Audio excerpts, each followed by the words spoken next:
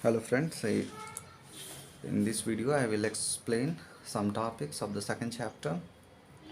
So name of the second chapter here, now you can see at the top written heading stakeholders, managers and ethics. So in this chapter we are going to study about stakeholders, managers and ethics. Okay, so these all things means about them in the organization. We will study about first given organizational stakeholder. So what it is? So now you say organizations exist because organization exist because of their ability to create value and acceptable outcomes for various groups of stakeholders. Okay. So why organization exist? Because the organizations can create value and acceptable outcome. So that's why organization exist. So for whom organizations create value and acceptable outcome for stakeholders. For stakeholders, organizations create values and acceptable outcome. So who are stakeholders? Stakeholders are people who have an interest, claim or stake in the organization, in what it does and in how well it performs. So here you can say stakeholders are people who have an interest, claim or stake in the organization. Okay.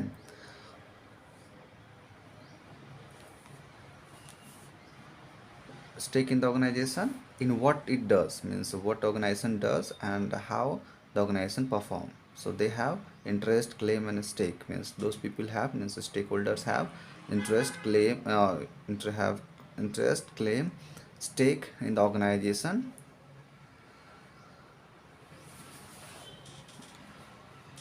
Stakeholders are motivated. Here given next, stakeholders are motivated to participate in the organization if they receive the inducements that exceeds the value of the contribution they are required to make. It means if stakeholders, okay, if stakeholders are getting a return from the investment is greater, means if the return it is greater than investment, then in that case the stakeholders are motivated to participate in the organization. So that's why written stakeholders are motivated to participate in the organization if they receive the inducement that exceeds, means inducement means whatever it is causing the motivation, means if they receive the inducements that exceeds the value of the contribution they are required to make. Okay, there are two main groups of organizational stakeholders. So first group given inside stakeholders and second group given outside stakeholders.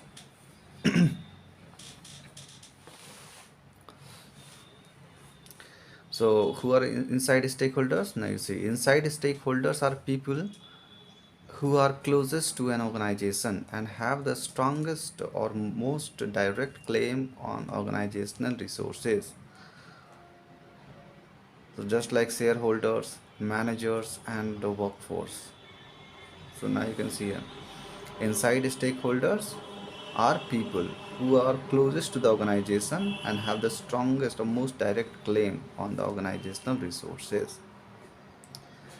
And these are shareholders, managers and the workforce. Now first the shareholders. So shareholders are the owners of the organization, and as such their claim on the organizational resources is often considered superior to the claims of other inside stakeholders. The shareholders contribution to the organization is to invest money in it by buying the organization's shares or stock. Okay, so shareholders are the owners of the organization. Their claim of the organization, no, organizational resources is often considered superior to the claims of other inside stakeholder. So here the claim of the shareholder it is superior as compared to other inside stakeholders. So shareholders contribute to the organization. Shareholders contribution to the organization is to invest money. Means what they do? Shareholders invest money in the organization to buy organization shares or stock. Okay. Next, given managers. Managers are the employees who are responsible for coordinating organizational resources and ensuring that an organization's goals are successfully met. So, what they mean, managers are employees who are responsible for coordinating organizational resources and ensuring that organization's goals are successfully met. So managers are agents or employees of shareholders. So who are means managers are employees of shareholders. They are appointed indirectly by shareholders through an organization's board of directors. Okay. So how, how managers are appointed? The managers are appointed indirectly by shareholders through organization's board of directors, which shareholder shareholder elect to oversee managers' performance. So those board of directors are responsible to oversee the manager's performance. So various types of rewards induce managers to perform their activities well. So what are those inducements? First, monetary compensation in the form of salaries, bonuses, and stock options, and the psychological satisfaction they get from controlling the corporation, exercising power, or taking risks with other people's money. Okay, so these are the things from where managers get inducements. First, given monetary compensation, that's like salary, bonuses, stock options. Second, psychological satisfaction, you know, which they get from controlling the corporation, exercising power, or taking risks with other people's money. Then third, given workforce. The workforce, an organization's workforce consists of all non-managerial employees. Okay, so organization workforce consists of all non-managerial employees. Members of the workforce have, now you can, the members of the workforce have responsibilities and duties that they are responsible for performing. Okay, usually outlined in the job description. Means simple word we can say the workforce consists of all non-managerial employees, and members of the workforce are responsible, okay, are responsible for their duties only. Second, so this all were inside stakeholders. Now next, go to outside stakeholder. Now here given outside stakeholder. Outside stakeholders are people who do not own the company. Sorry, organizes. Outside stakeholders are people who do not own the organization and are not employed by it, but do have some interest in it. Okay, means outside stakeholders are not the employee. Means they are not employed by the organization, but they have some interest in it. Means they have some interest in the organization. It's like customers, suppliers, the government, trade unions, local communities, and the general public are all outside stakeholders. Okay.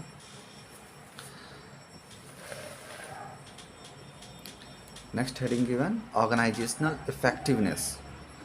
Okay, what is given? Organizational effectiveness, satisfying stakeholders' goal and interest. So, organizational effectiveness meaning satisfying stakeholders' goals and interest. Stakeholders evaluate an organization by the return they receive on their investment. Customers by the reliability and value of its products relative to their price. Okay, so now you see shareholders evaluate. How shareholders evaluate the organization? By return they receive on their investment. Means return on investment. Customers by the reliability and value of its products relative to their prices. means as compared to price, how much the product is reliable and valuable.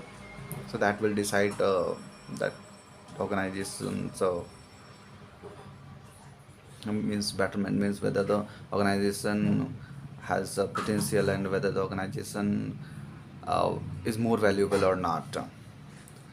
And managers and employees means what type of managers are there in the organization, or what type of employees are there in the organization, by their salaries means how much salaries they are getting. And stock options stock options also means what is conditions of employment and career prospects. So these all things are used to evaluate the organization by shareholders. Okay, so again I'm repeating, shareholders evaluate. How shareholders evaluate the organization? Shareholders evaluate an organization by the return they receive on their investment. This is the first thing. Customers, third, given by the reliability and value of its products relative to their price. And fourth, given managers and employees, and by their salaries, stock options, conditions of employment, and career prospects. Okay, so these all things are considered when shareholders evaluate an organization.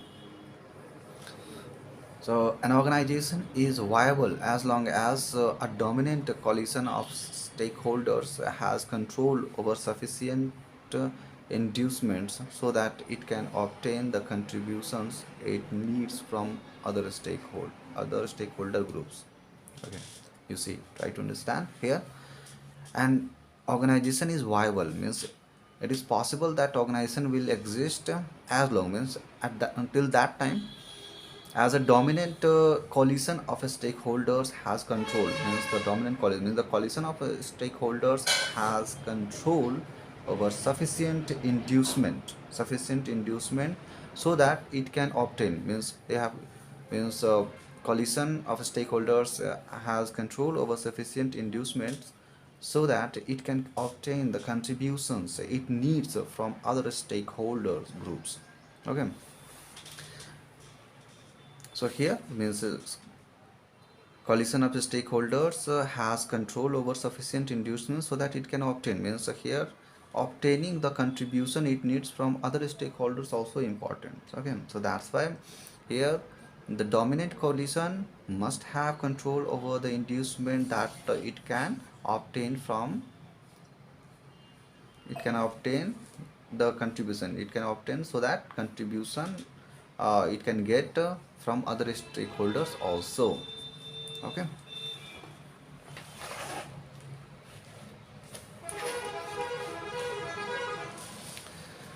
to be effective an organization must at least minimally satisfy the interest of all the groups that have a stake in the organization. That means to be effective, if the organization has to be effective, then in that case that organization must at least minimally satisfy all stakeholders. Okay, must satisfy the interest of all the groups, or you can say the stakeholders who have a stake in the organization minimum. Otherwise the organization will lose the support of uh, stakeholders. So problems that an organization faces as it tries to win a stakeholders approval include choosing which stakeholder goals to satisfy. Okay, so the problems of an organization. So what are the problems of an organization as it tries to means so when it tries to win stakeholders approval, because if the organization doesn't get the approval of its a stakeholder, then in that case the organization cannot exist. Okay, for the existence of the organization it is very important that it gets support from its stakeholders. Okay, and the problems in this case arises. So what are the problems? Now you see, the first problem is that stakeholders goal to satisfy means to which stakeholders goes to satisfy, because there are so many stakeholders. Okay, and the organization at a time cannot satisfy all the you can say the goals of at a particular time organization cannot satisfy the goals of all stakeholders. So that's why here the organization must decide. So to whom select means out, if there are 1,000 stakeholders, then out of those 1,000, how many stakeholders should be taken into consideration so that the existence of the organization is going to be possible. Okay, so that minimum number of stakeholder satisfaction is required for the existence of the organization. If that minimum number of satisfaction is not possible, then in that case organization cannot exist. So that's why for the existence that is required. Then second given, deciding how to allocate organizational rewards to different stakeholders group and balancing short-term and long-term goals. Now you see here the second problem is how to allocate organizational rewards, because there are so many stakeholders, and how to distribute rewards. Okay, because if organizational stakeholders don't get rewards, then they are not going to be motivated to contribute for the organization. Okay, so if they are not motivated to contribute for the organization, then existence of the organization not possible. So that's why also it is very important. So the first problem here given, now first problem it was here a goal to satisfy, and second it is allocation of organizational reward. So these two things we will study in detail here. Now you can see the first given.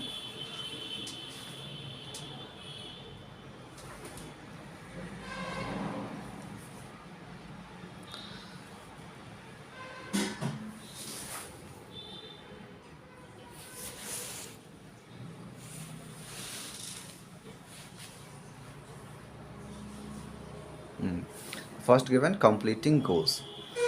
So organization exists to satisfy stakeholders' goal. Okay.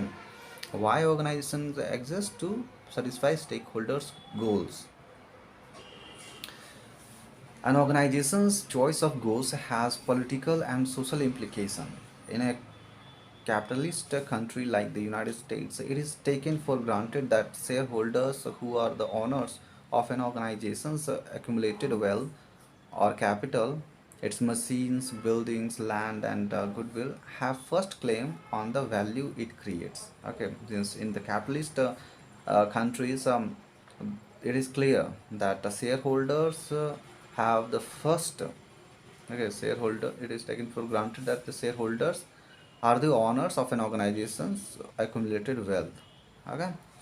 According to this view, the job of the managers is to maximize shareholder wealth. Okay, here the job of the manager is to increase the wealth of the shareholders, and the best way to do this is to maximize the organization's return on the resources and capital invested in the business. It means how the managers can do this. Managers can do this by the return on investment. So how much investment is there, so accordingly if the return on the investment it is greater, then in that case it is better for the organization and for the shareholders also.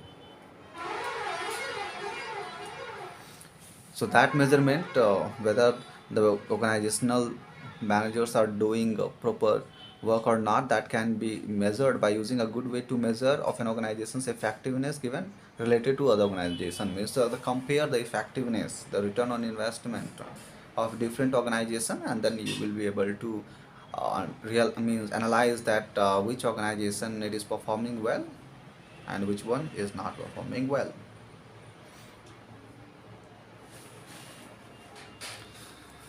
Although, in theory, managers are the employees of shareholders, in practice, because managers have control over organizational resources, this gives them real control over the company, even though shareholders own it. Okay, here that is the problem. So, what? Shareholders are the owners of the company, but managers have the real control over the organizational resources. Okay, so if they have real control of the organization resources, then it means this give them real power. Means so the real control over the company. Means managers can control the company. The result is that managers may follow goals that promote their own interest and not the interest of the shareholder. So cause this may cause the managers to pursue their own self interested goal, and which may not be good for the organization as a whole and also for the shareholders.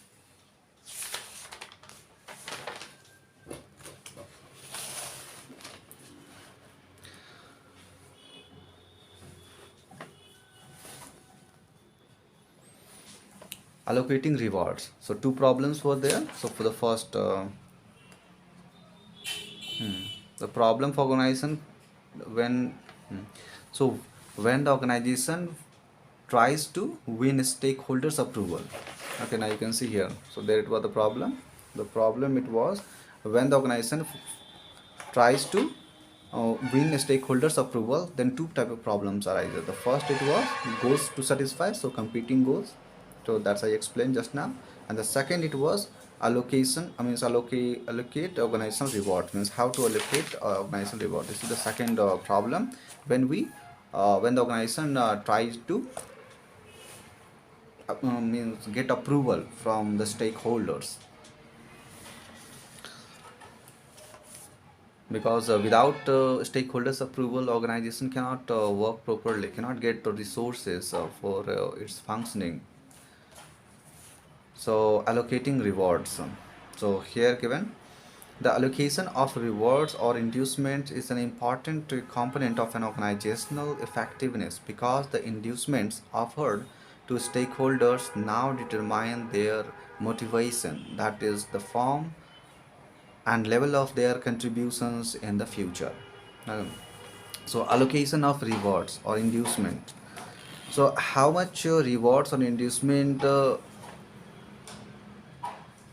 organization is giving to different stakeholders will motivate those stakeholders according to the rewards and inducements which stakeholders are getting will motivate them. Okay, that is the form and level of their contribution in the future, and accordingly if they are motivated, then accordingly they are going to contribute for the organization. Okay, so that's why motivating the stakeholders very important. And for motivating the stakeholders, reward allocation means how to rewarding them, and inducing means providing inducements, very important. Stakeholders future investment decision depend on the return they expect from their investment, whether the returns are in the form of dividends, stock options, bonuses, or wages. You see, stakeholders future investment. So whether the stakeholders will invest in the future, that decision depend on the return they expect from their investment. If they are getting a return according to their expectation, then they are going to invest in the future also, different stakeholders. And if they are not getting, then they are not going to invest in the future. So investment, whether the investment may be, you can see whether the returns are in the form of, so returns can be in the form of dividends, stock options, bonuses, and wages. Okay,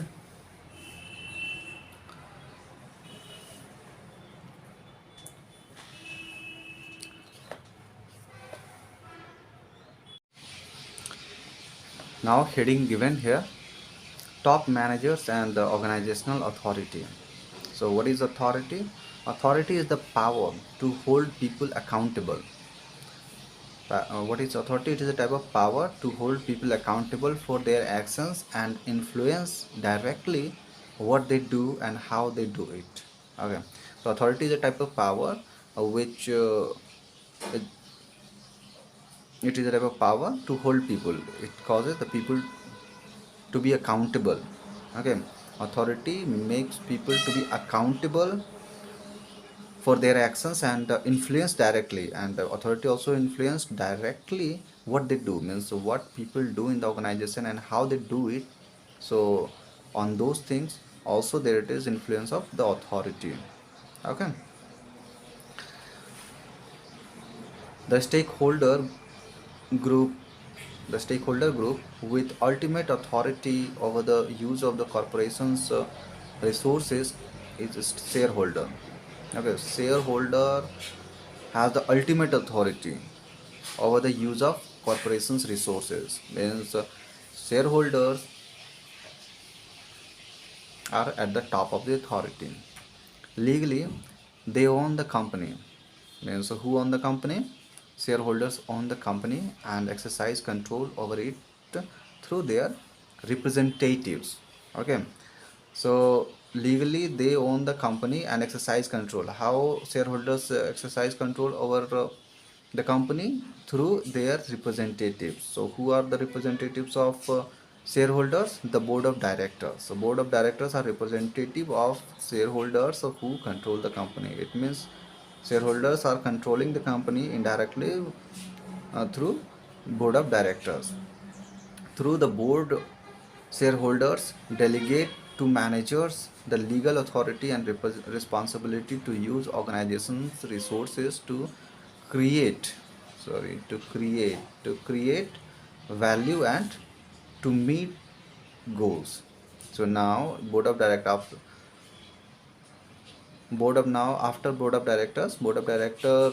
delegate to managers. Means shareholders delegate to managers the legal authority and responsibility. So through board of directors, shareholders delegate to managers the legal authority and responsibility to use organizations resources to create value and to meet goals. Okay, so here, shareholders are controlling, but through board of directors, shareholders delegate, means give power to managers to use organizations resources to meet to meet goals and create value.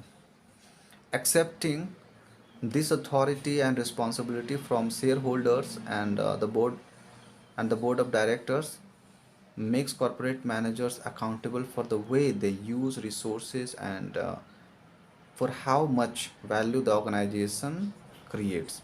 As you can see here, accepting this authority, now managers got the authority and responsibility from shareholders and the board of directors. The corporate managers are accountable for the way they use resources. So corporate managers are responsible to use resources for how much value the organization creates. Okay, so in this way, corporate managers decide how much value is going to be created by the use of corporates resources. The board of directors now,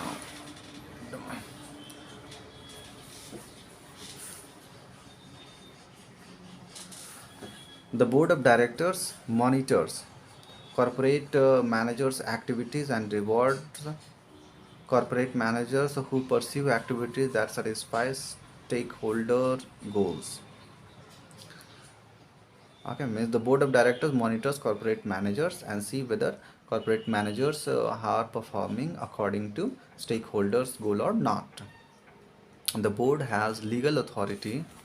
Means the board of directors has legal authority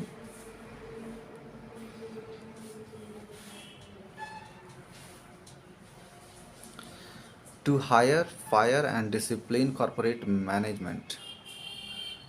The chair of the board, the chair of the board of directors is the principal representative of shareholders. As such, has the most authority in an organization.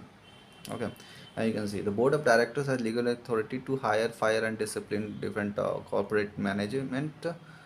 The chair of the board of directors is the principal representative. Means at the top we have, means after shareholders we have board of directors, means the chair of the board of directors, and as such here now you can see have the most authorities, and that chair of the board of directors has the most authority in an organization through executive committee. through executive committee, which consists of the organization's most important directors. So who are executive committee? Now you can see here, it will be clear at the top. First, we have owners. Now first I will explain this block diagram, then after I will explain about them step by step. So first, given ownership. So at the top we have the ownership. So ownership means here, so shareholders are the owners. Then next, given trusteeship. Trusteeship means who are going to see, means take care of the organization. So board of directors, executive committee, salary committee, and chair of board of directors. Okay.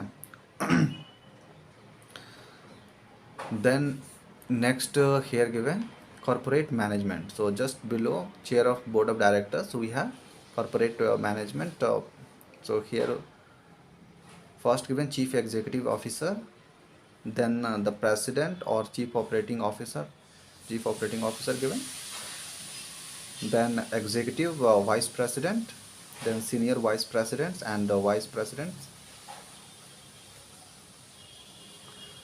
divisional management.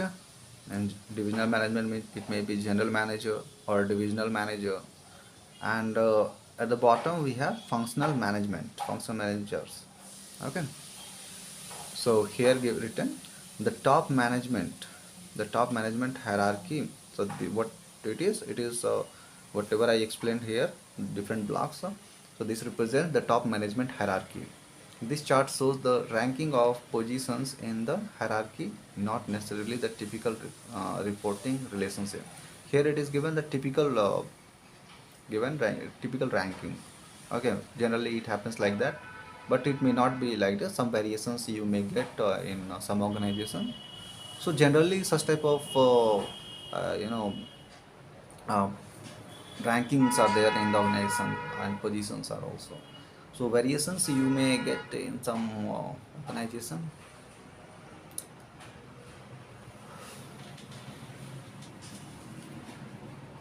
So now see one by one. Executive committee. So executive committee comes under trusteeship. Okay. So executive committee, which consists of the organization's most important directors and top managers, the chair has the responsibility. It means the executive committee has the responsibility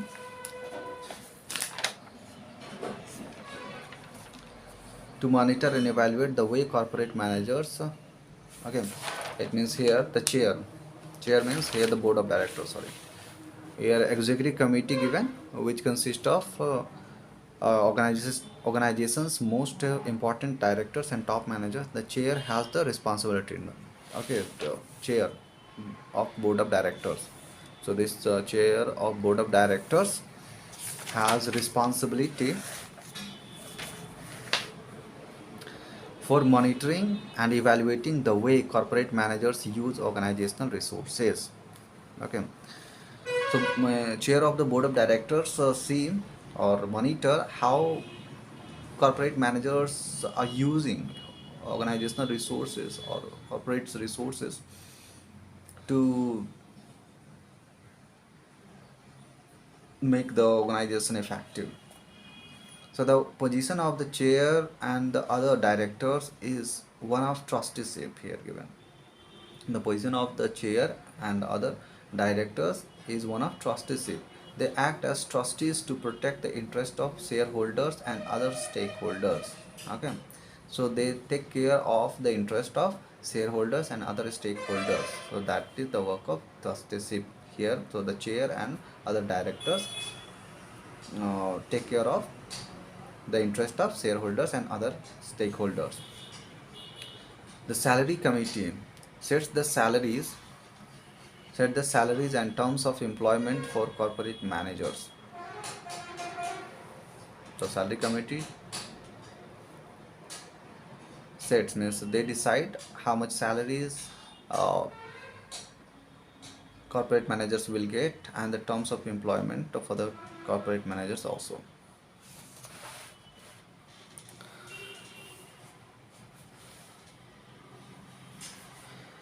So there are two kinds of directors. The first given inside directors and the second given outside directors. two types of directors given. So first inside and second outside directors. So inside directors are directors who also hold offices in an company's formal hierarchy. So inside directors also hold office in the company's formal hierarchy. They are full-time employees of the corporation. So that means they are full-time employees of in the corporation. Inside directors are full-time employees of the corporation. Outside directors are not employees. Now you can see here, if I here now it will be clear. Outside directors are not employees of the companies, okay, of the company. Many are professional directors who hold position on the board of many companies, or are executives of other companies who sit on other companies boards. Okay, so they are outside, means outside directors are not the employees of the company. They are professional directors who hold position on the board of many companies. The goal of having outside director, why we need outside director? So the goal of having outside directors is to bring objectivity to a company's decision making and to balance the power of inside directors who obviously side with the with an organization's management. Okay, so why we need outside director? So outside directors balance the power in between the inside and the outside, means inside and outside directors. Here you can see here the goal of having outside director is to bring to a company's decision making and to balance the power of inside directors who obviously, so inside directors are always going to be side with the an organization's management. So that's why it may be sometime that organization's management is not able to take proper decision on any particular issue. So in those cases, it is required that there should be some directors who can think about the condition objectively. Okay, so that's why we need outside directors.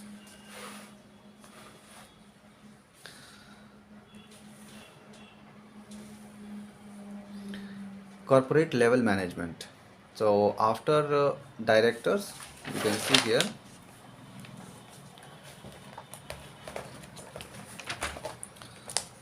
next come here corporate level, means after trusteeship we have corporate management. Okay, so what are the things comes under corporate management? So corporate level management is the inside stakeholder group that has ultimate responsibility for setting company goals and objectives.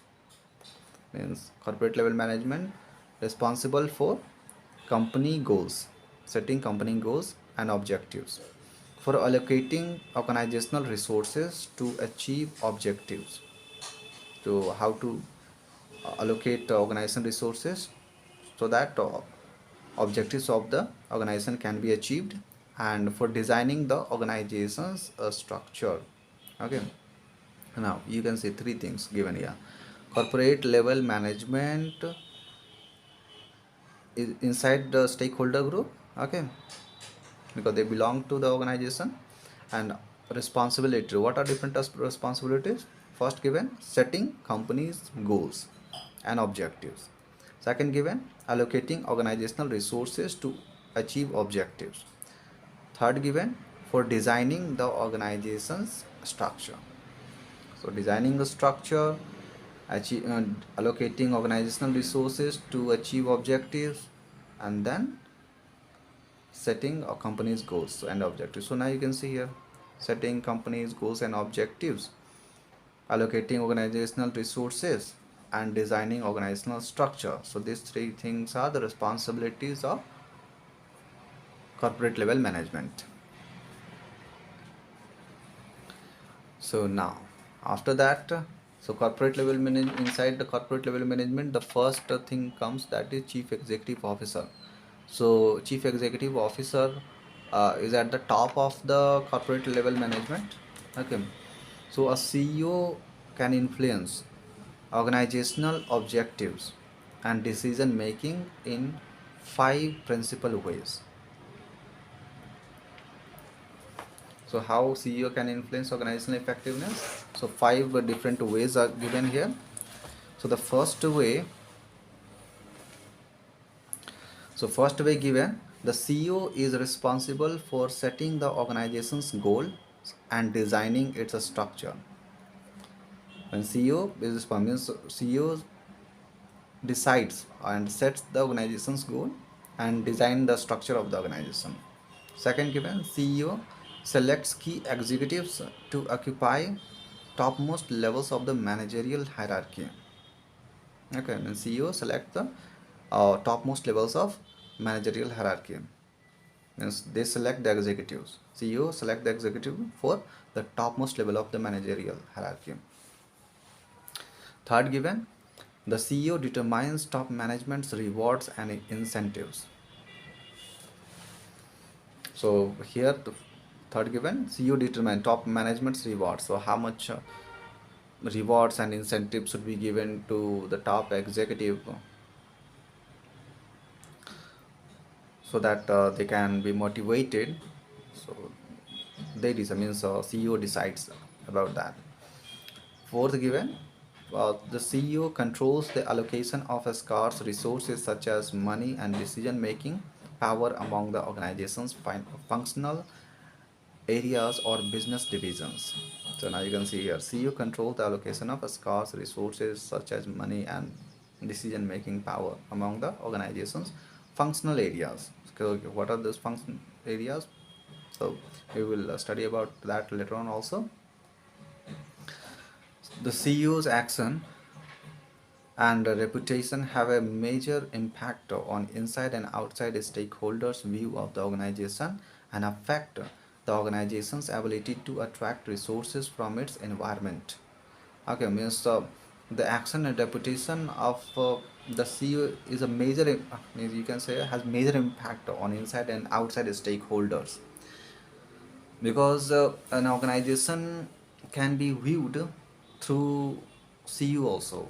Okay, if the reputation and action of organization and actions are perceived in a better way, then the organization is going to be valued more. So these are the five things. The ability to influence organizational decision making and managerial behavior gives the CEO enormous power to indirectly influence organizational effectiveness. And now you see here, CEO is at the top of the corporate management, so that's why he has the greatest power to influence the behavior of different managers.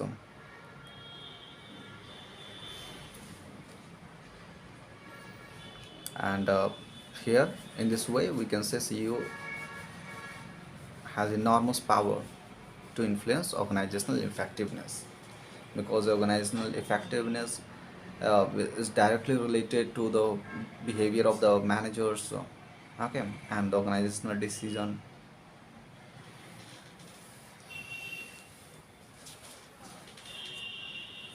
The top management team. So the top management team here given, the top management teams are the CEO, Chief Executive Officer, CEO, Chief Operating Officer, and the Executive Vice President are at the top of an organization's chain of command. Collectively, managers in these positions form a company's top management team. So you can see here, top management team consists of CEO, means Chief Executive Officer, Chief Operating Officer, and Executive Vice President. Con- uh, consist this The top management consists of Chief Executive Officer, Chief Operating Officer, and the Executive Vice President. The group of managers who report to the CEO and Chief Executive Officer and CEO, Chief Operating Officer, and help the CEO set the company's strategy and its long-term goals and objectives.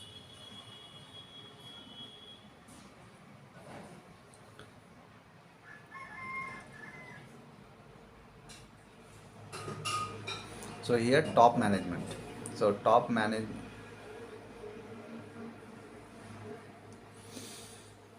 Now, next given strategy and its goal, long-term goals and objectives.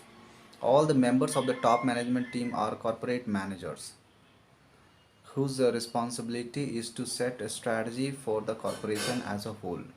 Okay. So they set the strategy of the corporation.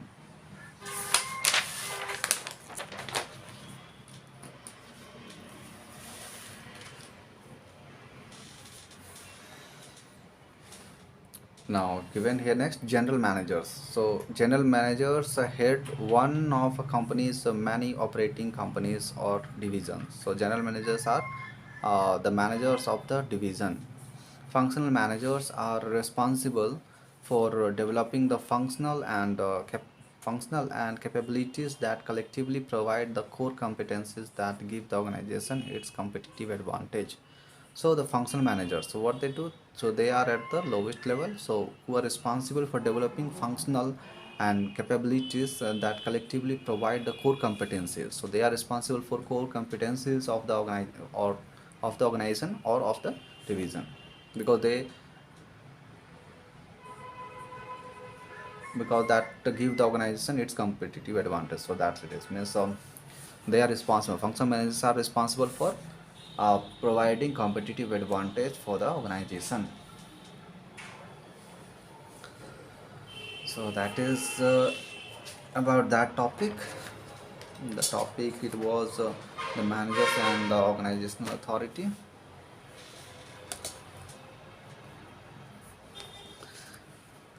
Now see,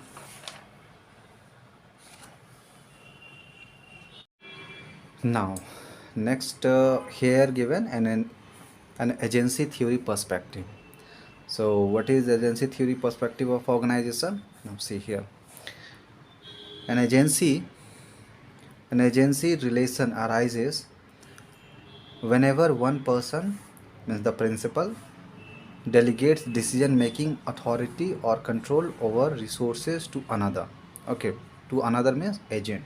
So here agency relation arises, so when an agency relation arises when one person delegates means gives decision making authority to another person.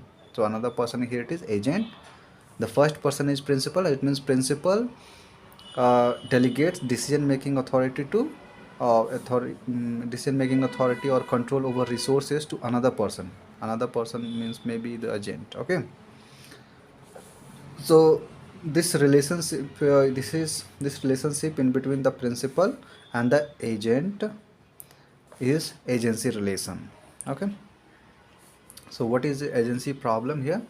So agency problem, a problem in determining managerial accountability which arises when delegating authority to managers.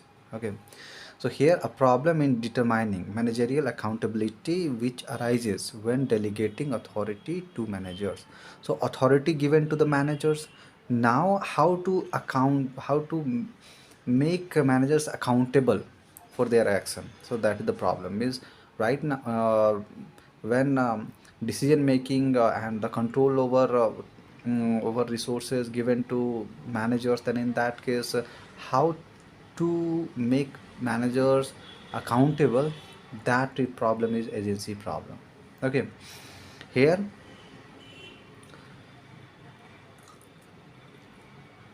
the problem is determining managerial accountability, that is it. So now you can see when arises means that agency problem arises when delegating authority to managers. So shareholders through board of directors given authority to managers to control over the resources and make decisions for the organization. So now the power or the authority not given to the managers. Now how to control managers? Okay, so that problem it arises here, how to make managers accountable for their action. So here given the shareholders or principal, and shareholders also known as principal, here given the shareholders or principals are at an information disadvantage as compared to top managers. it is very difficult for them to judge the effectiveness of top management teams actions when this can often only be judged over several years. So now you see authority given to the managers by shareholders through board of directors. So information of the organization means all information of the organization are with top managers. So shareholders have less information as compared to top managers. So here shareholders or the principals are at information disadvantage. Okay, so this is the problem. The second, it is given there may be divergence in the goals and interest of managers and shareholders. So maybe shareholders and managers may get different goals and interest, because managers have control over the resources of the organization. So it may be possible that managers may diverge from the interest of shareholders.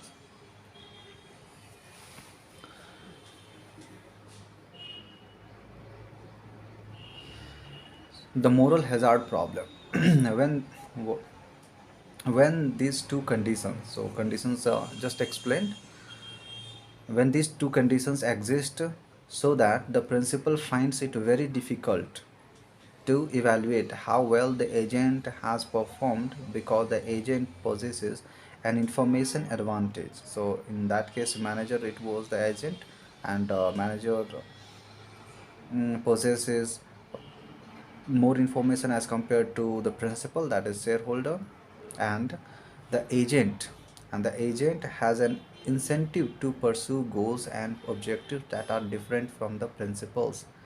Okay, principal means shareholders, so it may be possible agent means managers may pursue goals and objectives that may be different from the shareholders means principals goals and objective.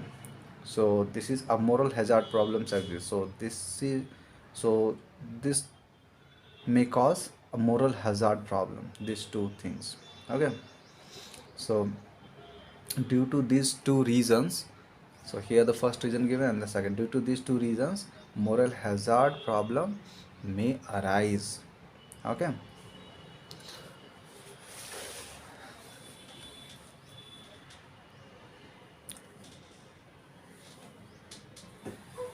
solving the agency problem, how we can solve uh, that agency problem. So that problem can be solved by the following. Now you see, in agency theory the central issue is to overcome the agency problem by using governance mechanisms, forms of control okay, by using agency problem can be overcome by using governance mechanisms. So what are governance mechanisms? So forms of control that align the interest of principal and agent so that both parties have the incentive to work together to maximize organizational effectiveness. Okay, here governance mechanism is aligning the interest of both principals and the agents so that both parties have the incentive to work together to maximize organizational effectiveness. So in this way we can overcome agency problem. There are many different kinds of governance mechanism. So many different kinds are there. The principal role of the board of directors is to monitor top managers' activities, question their decision making and strategies, and intervene when necessary. Okay, means the board of directors main role is to monitor the top managers' activities, question their decision makings and strategies, and intervene when necessary. If top managers are not taking decisions which are in the interest of the organization, then in that case, you know what? It is the duty of board of directors to intervene in the situation. Find the right set of incentives to align. Find the right set of incentives to align the interest of managers and shareholders. Okay, so here we have to find the right set of incentives to align the interest of managers and shareholder. The most effective way of aligning interests between management and shareholders is to make managers rewards contingent on the outcomes of their decisions, that is contingent on organizational performance. So here uh, one way it is to aligning interest between management and shareholder is to how we can align their interest, means interest of management and shareholder, by making managers rewards on the basis of on the basis of outcomes of the decision taken by the managers. Okay, if the decision taken by managers give a positive outcome, then in that case managers rewards may increase, and if negative outcomes it come, then the managers reward may decrease. So in this way we can align the interest of both management and shareholders. So there are several ways of doing this. So how we can do, several ways given in this, each uh, this each of which has advantage and disadvantage. So what are different ways to align the interest of managers and shareholders? The first, given a stock based compensation scheme. Stock based compensation scheme, managers receive a large part of their monetary reward in the form of stocks or stock options that are linked to the company's performance. Okay, here stock based compensation scheme. So if the managers receive, means whatever monetary benefit are given to managers, a large part of that monetary benefit uh, it is in the form of stocks and stock options. Okay, and that is linked to the company's performance. It means if company performs well, then the manager's monetary value will increase, and if company doesn't perform well, then in that case the price of a stock will fall, and so the monetary benefit also. It means the managers must do better job for the organization, otherwise their benefit, means the monetary benefit may decrease. Next given, uh, promotion tournaments and career paths. Promotion tournaments and career paths develop organizational career paths that allow managers to rise to the top of the organization. So allow means other managers, means provide path, so that if any manager wants to reach at the top of the organization, then can reach by applying effort, by doing hard work, by making the organization more effective. Okay, organizations use promotion tournaments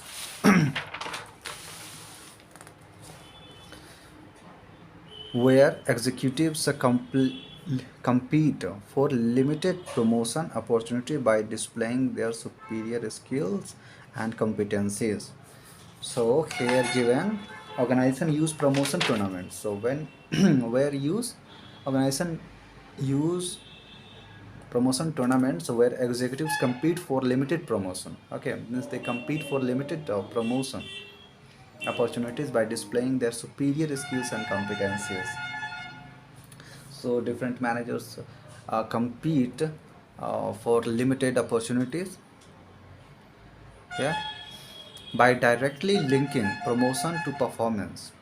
The board of directors can send a clear signal about managerial behaviors that will lead to promotion and make managers focus on long term, not short term objective.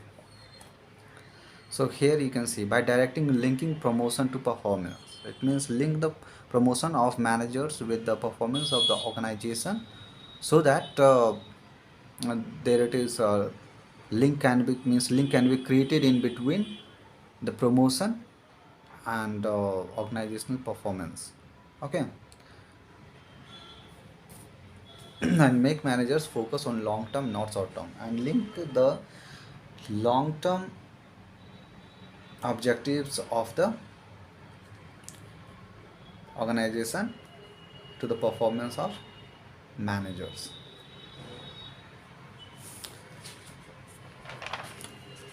So that's all about agency theory perspective.